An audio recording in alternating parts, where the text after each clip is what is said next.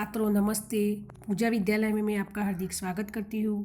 कक्षा 7 उसमें पहली कविता बेटी के बारे में हमें आगे चर्चा कर ली थी। अब दूसरी कविता है, उसका नाम है हम भी बने महान। हम भी बने महान। महान बनने के लिए उसमें कुछ विशेष गुण होना चाहिए कि इसमें मानवता के प्रति गहरा प्रेम होना चाहिए, दुर्लभ प्रामाणिकता होती है, सीधे साधे कार्य एवं घटनाओं में कर्तव्य पालन, प्रामाणिकता, मानवता, अविरत अभ्यास आदि तत्व जुड़ने पर कार्य और कर्ता दोनों की गरिमा और महिमा बढ़ जाती है। सीधे साधे व्यक्ति कार्य और अलग अलग घटनाएं करते हैं, प्रामाणिक बनते हैं, मानवता, अविरत अभ्यास करना चाहिए, तो हम महान बन सकते हैं। प्रस्तुत इकाई में स्वामी विवेकानंद, गोपाल कृष्ण गोखले, सचिन तेंदुलकर और हजरत अली के जीवन से जुड़े हुए कुछ प्रसंग दिए गए। स्वामी विवेकानंद के जीवन में बहुत अलग प्रकार का प्रसंग बना, बहुत अच्छा, उसके बारे में।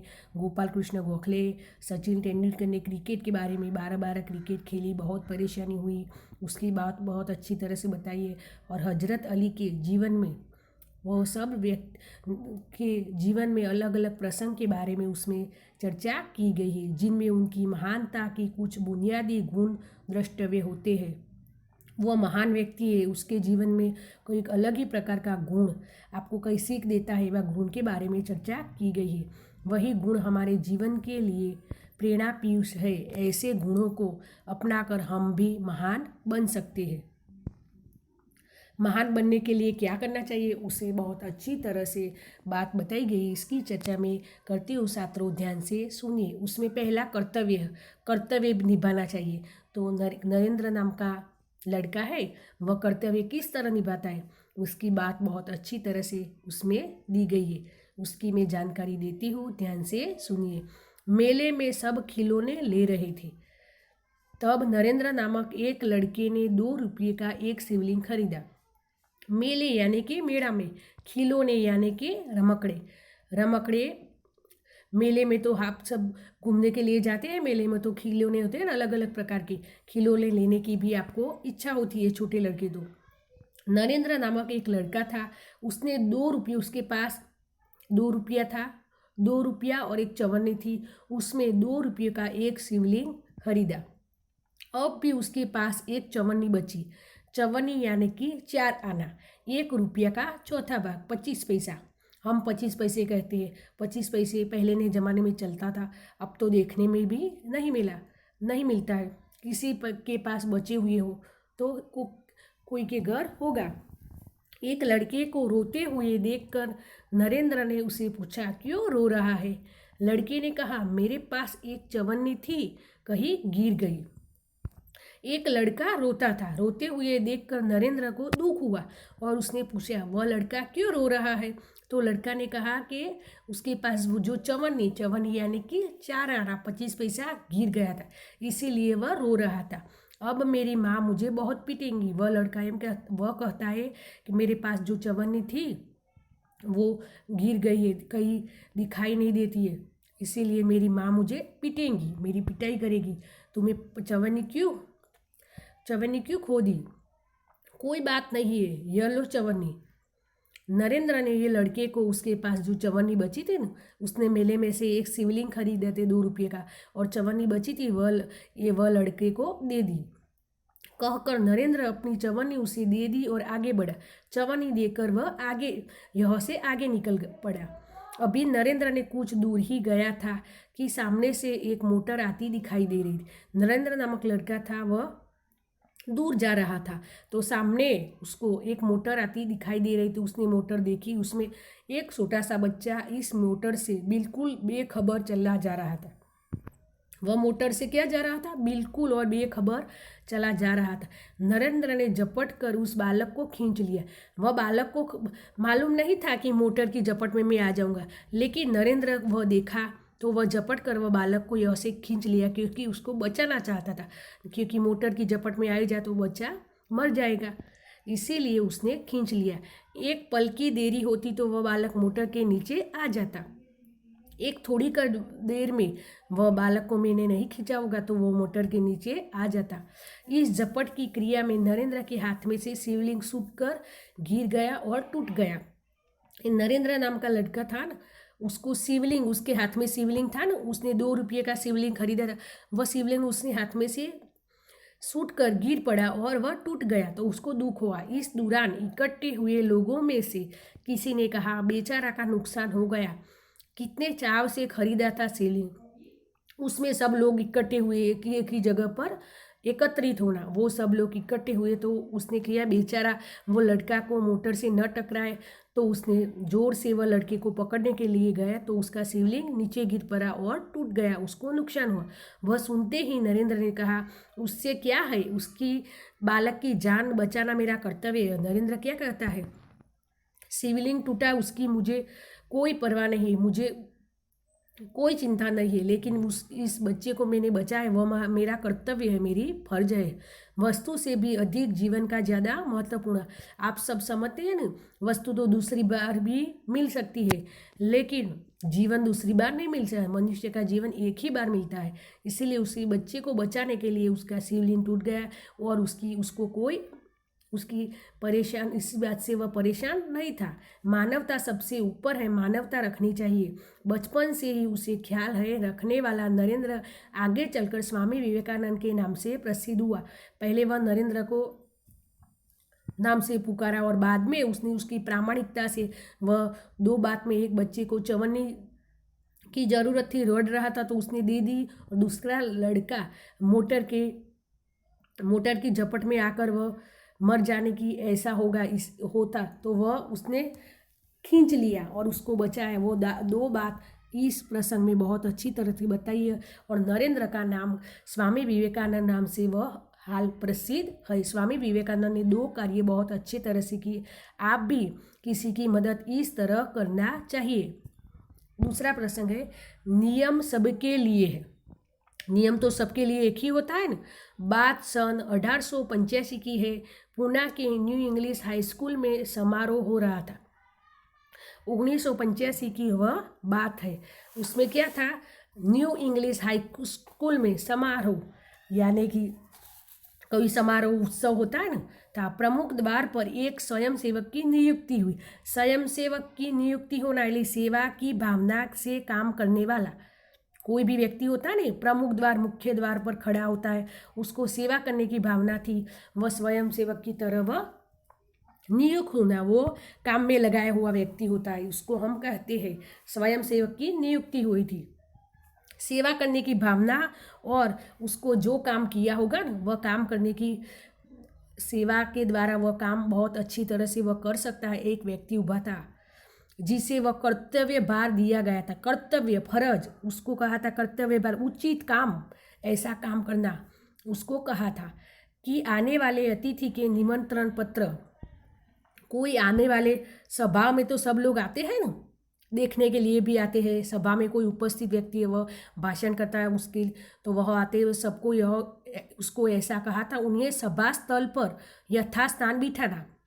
सब लोग यहाँ आएंगे तो उसको उसके पास से टिकट लेना और यथास्थान, उसको उचित स्थान, सही जगह पर बिठाना। आपको स्कूल में छात्रों को अलग जगह बिठा सकते हैं, लड़कियों भी अलग जगह इस तरह बिठा सकते हैं ना, लाइन में, इस कुर्सी में अलग अलग जगह पर बिठा से, ऐसा उसको कहा था। कि सभा में आने वाले सब मुख्य अतिथि के पास से निमंत्रण पत्रक लेना और सही जगह पर बिठाना। इस समारोह के मुख्य अतिथि थे मुख्य न्यायाधीश महादेव गोविंद रांडे। इस समारोह में, इस उत्सव में मुख्य अतिथि, मुख्य मेहमान था, उसका नाम था, न्यायाधीश थे उस महादेव गोविंद रांडे। जैसे ही वह विद्यालय के द्वार पर पहुँचे, जो विद्यालय के द्वार पर पहुँचे, वैसे ही स्वयंसेवक ने उन्हें अंदर जाने की शालीनता पूर्वक रोक दिया और निमंत्रण पत्र की मांग की। उसको कहा था कि विद्यालय में जो व्यक्ति यह प्रवेश है, तो उस स्वयंसेवक को कहा था कि सबके पास अंदर आने के पहले शालीनता पूर्वक, यानी कि विनय पूर्वक उसके पास से निमंत्रण पत्र मांगना। तो तो वह निमंत्रण पत्र मांग रहा था। बेटा मेरे पास तो निमंत्रण पत्र नहीं है। वह मुख्य न्यायाधीश था महादेव गोविंद रांडे, लेकिन नियम को सबके लिए होता है ना। तो वह रांडे ने कहा कि मेरे पास निमंत्रण पत्र नहीं है, क्षमा करें, तब आप अंदर प्रवेश न कर सकेंगे। वह स्वयं सेवक ऐसा कहता है, निमंत्रण पत्र जिसके पास नहीं है वह यह प्रवेश नहीं कर सकते। स्वयं सेवक का नम्रतापूर्वक उत्तर दिया, उसने प्रेम से उसको समझाया। द्वार पर रांडे को देखकर स्वागत समिति के कई सदस्य आ गए और उन्हें मंच की ओर ले जाने का प्रयास किया। दूसरे स्वागत समिति के दूसरे सभ्य तो न सदस्य यानी कि सभ्य, यह मंच यानी कि जिस सभा में विशेष व्यक्तियों के लिए जो स्थान होता है, स्टेज होता है, स्टेज, उसको हम मंच कहते। यह ले जाने के लिए दूसरे व्यक्ति यह आए, पर स्वयं सेवक आगे बढ़कर कहा, श्रीमान, मेरे कार्य में यदि स्वागत समिति के सदस्य ही रोड़ा अटका रहे तो फिर मैं अपना कर्तव्य कैसे निभा सकूं। स्वयं सेवक ने कहा कि दूसरे स्वागत समिति के दूसरे सदस्य सभ्य यह आ गए और रोड़ा अटका रहा। रोड़ा अटकाना यानी वो मुहावरा है। रोड़ा अटकाना यानी कि बाधा डालना, रुकावट बनाना। कोई भी कार्य में हम रुकावट डालते हैं, अच्छी तरह से कार्य कर रहा है नियम अनुसार, लेकिन वह स्वयं सेवक को आकर वो निमंत्रण पत्र दिए बिना महादेव गोविंद रांडे को लेने के लिए आए और वह निमंत्रण बिना वह यह स्टेज पर ले जाते और बिठा देते। कोई भी अतिथि हो उसके पास निमंत्रण पत्र तो होना चाहिए ना, सबके पास। अतिथि को निमंत्रण पत्र के बिना अंदर नहीं जा सकते। वह निमंत्रण पत्र बिना आए और इस सदस्य के सब सभ्य उसके पास आकर सब उसकी उंगली पकड़ कर ले गए। निमंत्रण पत्र नहीं दिया और नियम तो ऐसा था कि सब सदस्य को निमंत्रण पत्र देंगे, बाद में ही सही जगह बिठाना। भेदभाव की नीति से मुझसे नहीं बरती जाती। भेदभाव वाली नीति मुझे पसंद नहीं है। वह स्वयं सेवक आगे चलकर गोपाल कृष्ण गोखले के नाम से प्रसिद्ध हुए। वह स्वयं सेवक कौन थे? गोपाल कृष्ण गोखले। वह गोपाल कृष्ण गोखले की तरह से वह स्वयं सेवक गोपाल कृष्ण गोखले बन गए और देश की बड़ी सेवा करना चाहते हैं, नियम अनुसार काम करना चाहते हैं, लेकिन उसकी भेदभाव की नीति मुझे उसको सहन नहीं थी। भेदभाव नहीं रखना चाहिए, ऐसा कहता है नियम सबके लिए अनुसार। मेरा मित्र आया तो मित्र की मैं टिकट के बिना अंदर घुसने दूँ, ऐसा करना नहीं चाहिए। दूसरे प्रसंग में भी भेदभाव नहीं रखना चाहिए। नियम सबके लिए अच्छा, सबके लिए एक ही होना चाहिए, उसकी बात बताई है। और वह गोपाल कृष्ण गोखले की बात दूसरे पैराग्राफ में दी गई है। तीसरा प्रसंग है सफलता का रहस्य। सफलता का रहस्य में क्या आता है? अंडर 14 क्रिकेट टीम के कप्तान के रूप में एक लड़का अपनी टीम के साथ क्रिकेट मैच खेलने के लिए अहमदाबाद में आया। अंडर 14 क्रिकेट टीम में 14 साल का उम्र का लड़का, वह कप्तान के रूप में एक लड़का टीम के साथ क्रिकेट मैच खेलने के लिए अहमदाबाद में आया था। उसकी टीम 5 स्टार होटल में ठहरी। उसकी टीम 5 तारक होटल में ठहरी थी। यह सब नाश्ता करने के लिए इकट्ठित हुए थे। सब उठते ही शाम को वह रुके और सुबह में नाश्ता करने के लिए वह जा रहे। सुबह उठते ही पूरी टीम कोच मैनेजर के साथ अल्पाहार के लिए तैयार हुई। सुबह में उठते हुए आप चाय नाश्ता करने के लिए पूरी टीम कोच मैनेजर यानी कि कोच એટલે શીખવાડનાર, मैनेजर यानी कि आयोजन। क्रिकेट की टीम में कोई आयोजन करने वाला मैनेजर होता है, कोच यह सिखाने वाला, आयोजन करना और बाद में सिखाने वाला व्यक्ति के साथ। कोच को हम प्रशिक्षक कहते हैं। प्रशिक्षक यानी कि सिखाने वाला व्यक्ति। मैनेजर यानी कि प्रबंधक तो हमको यह कहते हैं आयोजन करने वाला व्यक्ति के साथ वह अल्पाहार यानी कि नाश्ता की तैयारी कर रहे थे। एकमात्र कप्तान नहीं दिखाई दे रहा था। उसमें एक कप्तान यानी कि एक ही व्यक्ति यहाँ नहीं दिखाई दे रहा था। उसे ढूंढने के लिए पूरी टीम लग गई थी। उसको एक कप्तान, एक व्यक्ति नहीं दिखाई दे रहा तो उसको ढूंढने की उसको चिंता होगी ना, वह व्यक्ति कहाँ होगा। तो सब लोग उसको ढूंढने के लिए इधर उधर दौड़ रहे थे। बाद में किसी ने जाकर उसके कमरे की गैलरी में देखा। बाद में थोड़ी देर बाद एक लड़का ने उसको दूसरे कमरे की गैलरी में जाकर देखा और देखा और तो गैलरी में देखा वह एक हाथ से गेंद फेंक रहा था। वह लड़का क्या कर रहा था? कप्तान ने देखा तो पूरी टीम ढूंढने लगी थी और बाद में उसने जाकर उसके कमरे में गैलरी में देखा तो वह एक हाथ से गेंद यानी कि दड़ा फेंक रहा था। और जो ही गेंद दीवार से टकरा कर वापस आती थी तो दूसरे हाथ से बल्ले से गेंद खेल रहा था। गेंद यानी कि वह दड़ा फेंक रहा था और वह दीवार से टकरा कर वापस आती थी बल्ले यानी कि बैट से वह क्रिकेट खेल रहा था। साथ ही खिलाड़ी के टीम में शामिल होने पर ही संतुष्ट थे। सब लोगों को वह खिलाड़ी में वह लड़का गुम हो गया था, वह शामिल हुआ यानी कि उस उपस्थित हुआ तो वह सब संतुष्ट, वो सब खुश हुए लेकिन वह कप्तान होकर भी सारी रात अपने आप अभ्यास करता था। वह क्रिकेट खेलता था लेकिन वह अपने आप यानी कि जाते वह अभ्यास करता था। शाम को वह उसका अभ्यास एवं क्रिकेट के प्रति लगाव यानी कि प्रेम था देखकर कोच, मैनेजर और सभी साथ खिलाड़ी दंग रह जाना है। सब खिलाड़ी चकित रह गए को वह लड़का वह क्रिकेट मैदान में तो खेलता था लेकिन अपने अपने शाम को भी एक ही कमरे में वह गेंद बल्ले के द्वारा वह क्रिकेट खेल रहा था। आगे चलकर उसी लड़के ने क्रिकेट जगत में अद्वितीय सफलता मिली। वह आगे चलकर क्रिकेट में सब खिलाड़ी क्रिकेट खेलते हैं, उसमें अद्वितीय એટલે अच्छी सफलता मिली। कई विश्व रिकॉर्ड उसके कदम चूमने लगे। विश्व रिकॉर्ड यानी कि विश्व में कीर्तिमान व्यक्ति की तरह वह निमाजे थे, उसके कदम चूमने लगे। कदम चूमना यानी कि चरण चूमना। वह कोई मेहनत करके सफलता प्राप्त होती है ना, तो उसको ऐसे व्यक्ति वह बार क्रिकेट खेलता है, बहुत मेहनत करता है, परेशान होने पर भी वह परेशानी का महसूस नहीं करता। इस तरह विश्व का रिकॉर्ड यानी कीर्तिमान व्यक्ति वह बन चुका। किसी ने उसकी सफलता का रहस्य पूछा तो बड़ी विनम्रता से उत्तर दिया।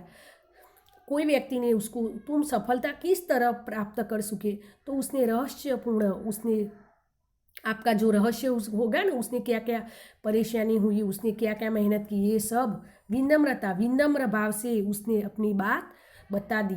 मैं हर मैच में 3 बार खेलता हूँ। वह लड़का क्या कहता है? मैं हर मैच, सब लड़के तो 1 बार खेलता है लेकिन वह कहता है मैं मैच 3 बार खेलता हूँ। पहले अभ्यास के रूप में, दूसरे बार सचमुच मैदान में, तथापि मैच के बाद मूल्यांकन व सुधार एवं आवश्यकता के रूप में। पहले वह अभ्यास करता है, वह पहले उसकी अभ्यास करता है क्रिकेट किस तरह खेलनी चाहिए। आप पहले प्रश्नों की तैयारी करते हो तो पहले पाठ का अभ्यास करेंगे, बाद में उसमें से प्रश्नों निकालेंगे, बाद में तैयार करेंगे और बाद में एग्जाम में लिख सकेंगे। इस तरह वह पहले वह क्रिकेट किस तरह मैं खेलूँगा उसका अभ्यास करता है। दूसरी बार वह सचमुच मैदान में वह क्रिकेट खेलता है, तथापि मैच के बाद मूल्यांकन एवं सुधार आवश्यकता के रूप में। तीसरी बार वह मैच के बाद वह मूल्यांकन करता है कि मैं किस तरह मैच खेला, मैच खेलने में मेरी क्यों गलती हुई, कितना समय हुआ, किस तरह खेलनी चाहिए और उसको सुधारने की आवश्यकता के, उसको सुधार लाने में क्या करना चाहिए, वो आवश्यकता के रूप में। इस तरह 3 बार वह मैच खेलता है। वह लड़का कोई और नहीं, क्रिकेट की दुनिया में सफलता के नित नए कीर्तिमान स्थापित करने वाला हमारा सचिन रमेश तेंदुलकर। सचिन तेंदुलकर को भारत रत्न का अवार्ड मिला ना, वो लड़का कौन था? 12-12 क्रिकेट खेलता था, 3 रूप में क्रिकेट खेलता, उसका नाम उसमें बहुत सचिन रमेश तेंदुलकर, कीर्तिमान। वह लड़का दूसरा कोई नहीं है, परंतु दुनिया में सफल होने का नए नए शिखर सर करने वाले व्यक्ति सचिन रमेश तेंदुलकर। सचमुच एकाग्रता, अविरत अभ्यास, कठोर परिश्रम एवं लगन ही सफलता का आधार है। एकाग्रता, एकाग्र मन से सोचना, अविरत अभ्यास करना या कठोर परिश्रम करना एवं लगन यानी कि लगनी प्रेम के से सफलता सब के आधार के तत्व है। आप भी कोई डॉक्टर बनना चाहता है, क्रिकेटर बनना चाहता है, पुलिस बनना चाहते हैं, पायलट बनना, तो सचमुच उसमें ऐसे लगन, अविरत एकाग्रता में और अविरत अभ्यास करना चाहिए, कठोर परिश्रम और लगन यानी कि प्रेम से आप सबको भी सफलता के तत्व मिल सकते हैं, आप सफल बन सकते हैं। इस तरह सचिन तेंदुलकर जैसे सब छात्रों अच्छे व्यक्ति बने, ऐसी मेहनत करना चाहिए। कठिनाई आए, कोई विकट समस्या आए, उसमें डरना नहीं, कठोर परिश्रम करते ही रहना। आगे देखेंगे। चौथा प्रसंग है वह प्रामाणिकता। हम प्रामाणिक कैसे बन सकते हैं? प्रामाणिक बनने के लिए हमें क्या करना चाहिए, उसकी बात उसने बहुत अच्छी तरह बताई है। एक दिन हजरत अली राजा के खजाने की जांच करने गए। काम करते करते अंधेरे हो गए।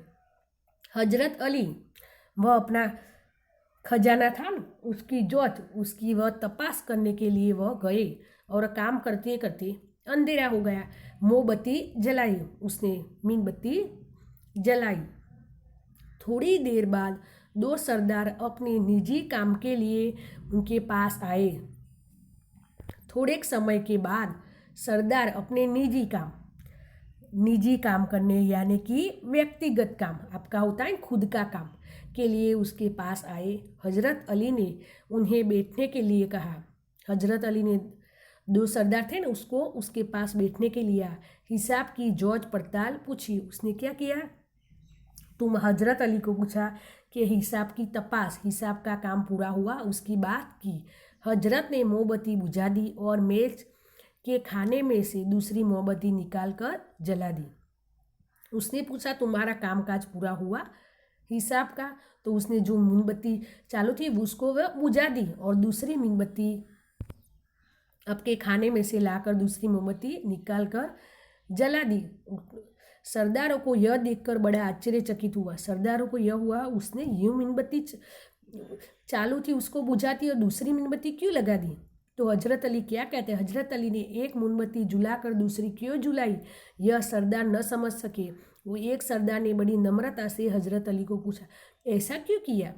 एक मोमबत्ती बुझा दी और दूसरी मोमबत्ती को जला दी, ऐसा क्यों किया? तो हजरत अली ऐसा कहता है।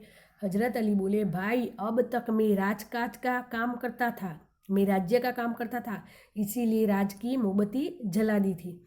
अब मैं निजी काम शुरू कर रहा, निजी काम मतलब खुद के व्यक्तिगत आपका काम में कर रहा, तो राज्य की मोमबत्ती का उपयोग मैं नहीं कर सकता, इसलिए मैंने अपनी खुद मोमबत्ती जुलाई, घर से लाई हुई मोमबत्ती मैंने जला दी, नहीं तो मैं चोर या हरामखोर हूँ। उसने क्या कहा? मैं चोर या हरामखोर नहीं, हराम का माल खाने वाला व्यक्ति नहीं हूँ।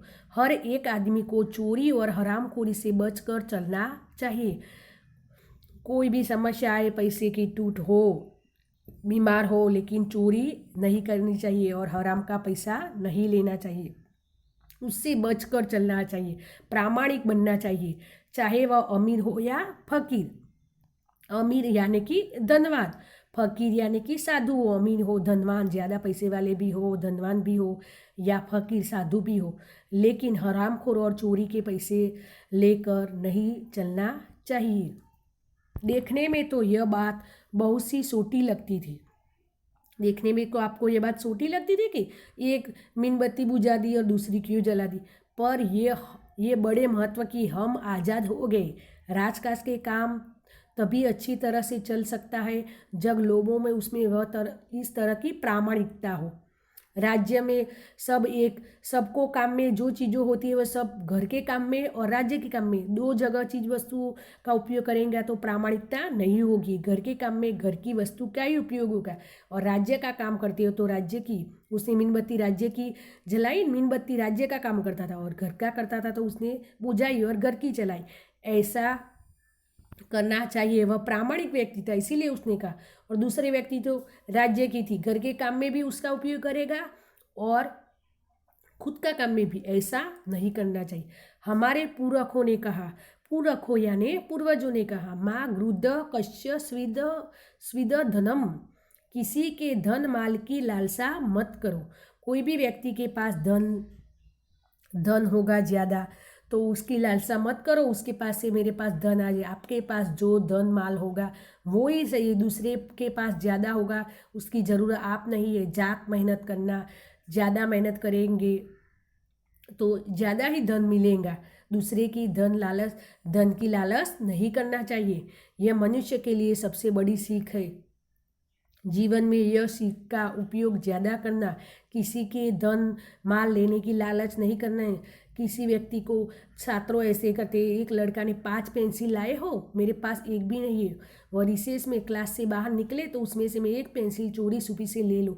ऐसा नहीं करना। आपके पास नहीं होगा तो उसके पास कहना, आज के दिन एक पेंसिल तुम मुझे लिखने के लिए दो, मैं स्कूल छूटेगी तब वह मैं पेंसिल दे दूँगी, लेकिन चोरी छुपी नहीं लेना। वह 5 लाए होगे या 10 लाए हो, आपके पास होगी उसका ही उपयोग करना। लेकिन आप भूल गए होगे तो उसके पास से मांगना कि मुझे एक पेंसिल दो, वह स्वेच्छाएं तुमको देगा, नहीं देगा तो दूसरे के पास लेना। लेकिन चोरी नहीं करना, चोरी करने से और हरामखोरी नहीं करना, हराम का लेना नहीं। शब्दार्थ पाठ में पाठ पढ़ाते समय मैंने शब्दार्थ की जानकारी दे दी है, लेकिन मैं फिर से शब्दार्थ की जानकारी देती हूँ छात्रों। नुकसान यानी कि हानि होती है, ख्याल यानी कि विचार, स्वयं सेवक अपने आप सेवा करने वाले व्यक्ति, स्वयं सेवक दूसरे प्रसंग में था ना, स्वयं सेवक सेवा करने वाले व्यक्ति, नियुक्त जिस व्यक्ति को काम पर लगाया, निमंत्रण पत्रक देने के लिए उसको नियुक्त किया था ना, वह व्यक्ति की बात है। कर्तव्य भार, कर्तव्य आपका कर्तव्य, उचित काम की जिम्मेदारी, उसका कर्तव्य वह नहीं निभा सके क्योंकि उसने निमंत्रण पत्र नहीं दिए थे, दूसरे प्रसंग में थे। प्रयास, प्रयत्न किया उसने। सदस्य यानी कि सभापद, भेदभाव नहीं रखवाना, व्यवहार में अंतर नहीं रखवाना। प्रसिद्ध, विख्यात, अल्पाहार यानी कि नाश्ता, इस प्रसंग में है ना, पंचतारक होटल में उसने अल्पाहार किया, नाश्ता किया। रहस्य यानी कि गुप्त भेद। खजाना, धन भंडार, चौथे प्रसंग में धन भंडार का वह खजाना शब्दार्थ आए थे। जॉच यानी कि परीक्षण कर रहे थे, धन भंडार का परीक्षण। हरामखोर यानी हराम का माल रखने वाला, हराम का माल नहीं लेना चाहिए। अमीर, धनवान, पूर्वखा यानी कि पूर्वजों ने लिखा है। आगे हम स्वाध्याय के प्रश्नों को देखेंगे छात्रों। मैं स्वाध्याय के प्रश्नों की जानकारी देती हूँ, ध्यान से सुनिए। वह प्रश्न में थोड़े प्रश्न है उसकी जानकारी मैं देती हूँ। पहला प्रश्न है, निम्नलिखित प्रश्नों के उत्तर 1-2 वाक्य में लिखिए। पहला प्रश्न में ही पहला, लड़के ने रोने का क्या कारण है? लड़का क्यों रो रहा था? उसका कारण तो होगा ना। पाठ में मैंने आगे दिखाया था, लड़के को रोने का कारण बताते उसके पास एक चवन्नी थी न, वह चवन्नी कहीं गई थी, इसीलिए वह नहीं मिलती थी, तो उसको डर था कि मेरी माँ ने मुझे बहुत पीटेंगी। दूसरा प्रश्न, नरेंद्र बड़ा होकर किस नाम से प्रसिद्ध हुआ? नरेंद्र बड़ा होकर स्वामी विवेकानंद के नाम से प्रसिद्ध हुआ। तीसरा प्रश्न, इस प्रसंग में नरेंद्र में कौन कौन से गुण नजर आते हैं? इस प्रसंग में नरेंद्र से पता चलता है कि नरेंद्र वस्तु की अपेक्षा व्यक्ति को अधिक महत्व है। उसको वस्तु की अपेक्षा नहीं, उसको व्यक्ति का महत्व बहुत अधिक है। उनकी दृष्टि में मानवता का स्थान सबसे ऊंचा है। वह मानवतावादी था, उसका शिवलिंग टूट गया लेकिन उसको परवाह नहीं थी। उसकी चवन्नी दूसरे व्यक्ति को उसने दे दी। इस जमाने में तो कोई दूसरे व्यक्ति को नहीं देता है। चौथा प्रश्न, द्वार पर रांडे को देखकर स्वागत समिति के सदस्यों ने क्या किया? द्वार पर रांडे को देखकर स्वागत समिति के सदस्य ने कहा उन्हें आदरपूर्वक मंच की ओर ले जाने का प्रयास किया था। पांचवा, अल्पाहार के समय कौन नहीं दिखाई दे रहा है? अल्पाहार के समय क्रिकेट टीम का कप्तान नहीं दिखाई दे रहा है। छठा, सफलता के क्या क्या आधार है? लक्ष्य के प्रति एकाग्रता, अविरत अभ्यास, कठोर परिश्रम और लगन ही सफलता का आधार है। सातवां, हजरत अली ने एक मोमबत्ती जलाकर दूसरी मोमबत्ती क्यों जलाई? हजरत अली राज का काम कर रहे थे, इसलिए उसके राज की मोमबत्ती जलाई। जब उन्होंने निजी काम, खुद के काम शुरू किया तो तब उसने मोमबत्ती बुझाकर उन्होंने अपनी मोमबत्ती का उपयोग किया। इस प्रकार चोरी या हरामखोर बचने के लिए हजरत अली ने दूसरी मोमबत्ती जलाई। आठवां प्रश्न, हमारे पूर्वजों ने क्या कहा था? हमारे पूर्वजों ने कहा था, पूर्वजों यानी कि पूर्वजों ने कहा था, किसी के धन माल की लालसा मत करो, माँ गृध कस्य स्विदम धनम, ऐसा हमारे पूर्वजों ने कहा था। Thank you.